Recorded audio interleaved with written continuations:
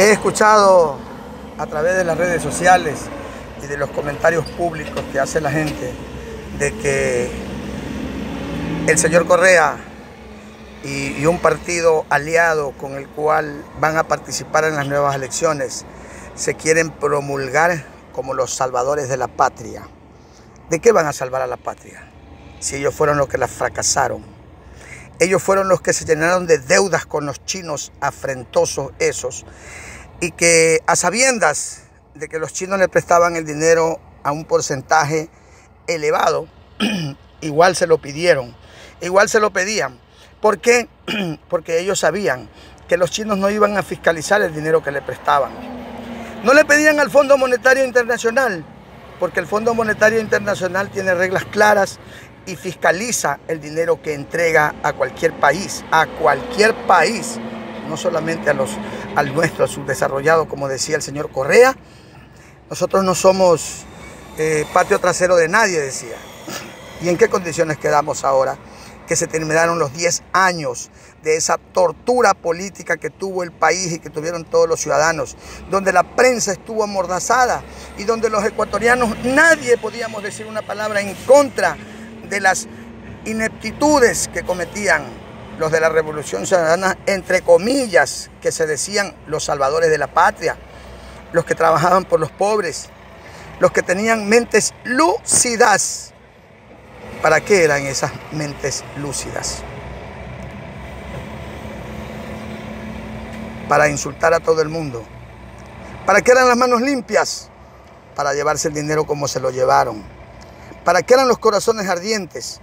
Para odiar, porque eso es lo que hicieron en todos los 10 años de su correato. Parece que hubiéramos pasado el gobierno de Alí Baba y los 40 rateros. Ahora que las obras son fiscalizadas en democracia, en independencia de instituciones que antes no había, en los 10 años del correato, nadie fiscalizaba nada. ¿Por qué? Porque la asamblea estaba llena de correístas,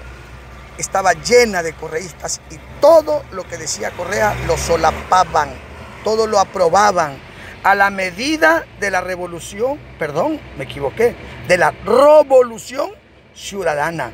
Eso es lo que hicieron durante esos 10 años de tortura a la democracia, donde nadie podía hablar, donde nadie podía fiscalizar. Crearon un quinto poder a la medida del gobierno y a la medida de ese partido político. Lo crearon para meter allí a las personas que querían y que eran de su partido, aunque perdieron siempre las evaluaciones, siempre ganaron al final. No había nadie quien les gane. Yo me recuerdo del tío, el fiscal general de la nación. ¿Qué hizo? ¿Cuánta corrupción hubo en ese gobierno? Y nada pasó. Pero si alguna persona hablaba de manera contraria, le caía todo el peso de la ley.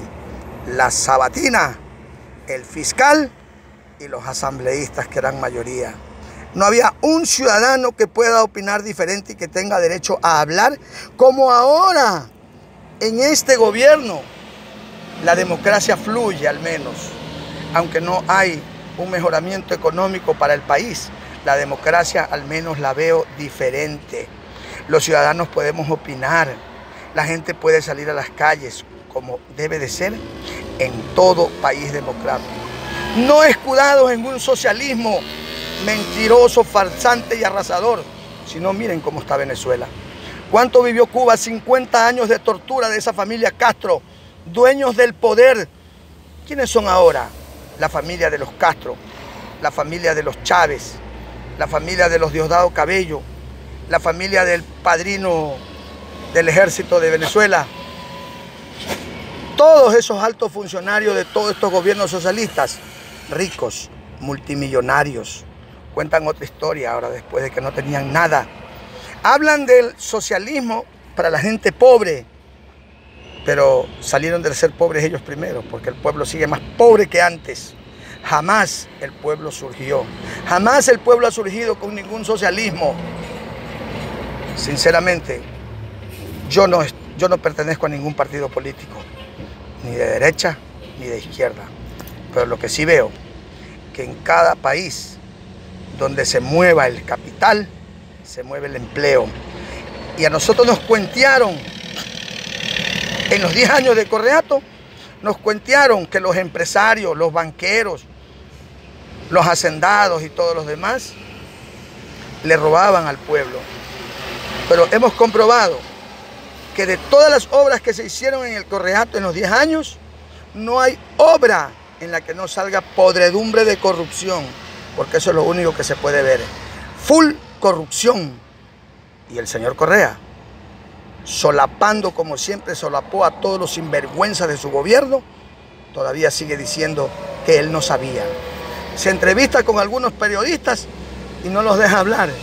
Él se ríe con su sonrisa sarcástica, estúpida que tiene, y no los deja hablar. Y se cree el que sabe mucho. Siempre se creyó lo mismo. Siempre fue egocéntrico. Siempre creía que él era el único que podía sacar adelante al país. Pero solo lo dejó en un abismo del que todavía ninguno lo puede sacar. Ni siquiera su sucesor, siendo de su propio partido político, al que ahora le llaman traidor. ¿Saben por qué le llaman traidor? Porque no les tapó todas las alcahueterías que hacían en el gobierno de ellos, del Correato, del cual el señor Lenín también fue parte. Pero como no tapó todas las corrupciones, ahora le dicen traidor. Ellos lo eligieron, ellos lo pusieron, manipulando el Tribunal Supremo Electoral que lo tenían en sus manos. Todos los poderes estaban en las manos de este Correato y ese fue el resultado. Nadie niega las obras, pero saben ustedes que cada obra está súper presupuestada. Súper presupuestada. Cada obra tuvo su corrupción de por medio. El interés de hacer obras era precisamente ese, de tener una obra en que llevarse más del 50% o el 50% del costo de esa obra. Qué pena con la gente que todavía le escucho decir, sí robaron, pero hicieron obras. Yo pregunto, ¿saben acaso del gobierno de Otto Arosemena Gómez, sin petróleo, cuántas obras hizo? Del primer presidente ecuatoriano, nacido en Ecuador como fue Vicente Rocafuerte, del primer presidente ecuatoriano, cuántas obras hizo para la educación primaria, secundaria y universitaria, cuántas mejoras le dio al país, sin petróleo y sin la andanada de impuestos que se crearon en el Correato. Se dieron el lujo de crear el impuesto verde para los vehículos, para la contaminación, verde del color de la bandera de ellos. Claro, como era del color de la bandera de ellos, ese dinero también desaparece, porque no sabemos dónde está invertido ese dinero. Así nos crearon una andanada de impuestos que la gente justificaba y que muchos tontos decían, está bien que le cobren impuestos a los ricos. ¿Acaso es necesario ser economista para saber que los impuestos siempre los paga el pueblo? Yo le quisiera preguntar eso al señor Correato, que tanto se cree saber de economía. ¿Quién paga realmente los impuestos que se imponen en un país? ¿Un puñado de ricos o los millones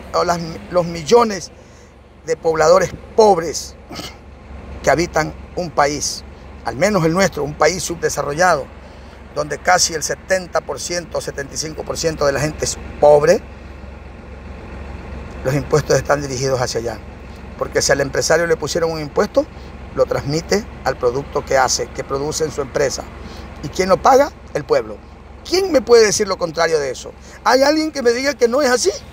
No soy economista, soy un ciudadano común y corriente como cualquiera, pero quisiera saber la verdad sobre eso. Ahora se están presentando como los salvadores. RC5. No entiendo si serán solo 5 los que van a dirigir ese país, ese partido. 5 los que van a estar en todo, en los 5 poderes del Estado. Y R, no sé si será de revolución de nuevo. Revolución concentrada. Puede ser, ¿no? RC. Revolución concentrada. Más concentrada de la revolución que hubo antes. ¿Quieren salvar al país de qué? Al menos tenemos un país tranquilo ahora, donde se vive la democracia, donde el Poder Judicial actúa independientemente del gobierno. Si no nos tuviera, pues el pajarito de alto vuelo, que todavía lo creen inocente, Jorge Glass, después de tantas pilladas, todavía siguen muchos pregonando por las calles que es inocente. ¿Inocente de qué? ¿Acaso no se están dando cuenta todos los días? Porque ahora sí existe un control de verdad independiente del gobierno. Los poderes tienen que estar independientes del gobierno. No puede ningún poder, peor el electoral, estar en manos del gobierno. Debe estar en manos de la democracia. Así tenemos que el quinto poder que crearon, el poder de participación ciudadana, bonito nombre. Yo pregunto, ¿cuántos ciudadanos pobres participaban en ese poder? Los escuchaban día a día, hacían una sesión en la que el pueblo podía ir a participar y opinar lo que estaba mal en el gobierno. Nunca. Era el poder para elegir a las principales autoridades a diestra y siniestra en favor del correato siempre. Así fue, señores.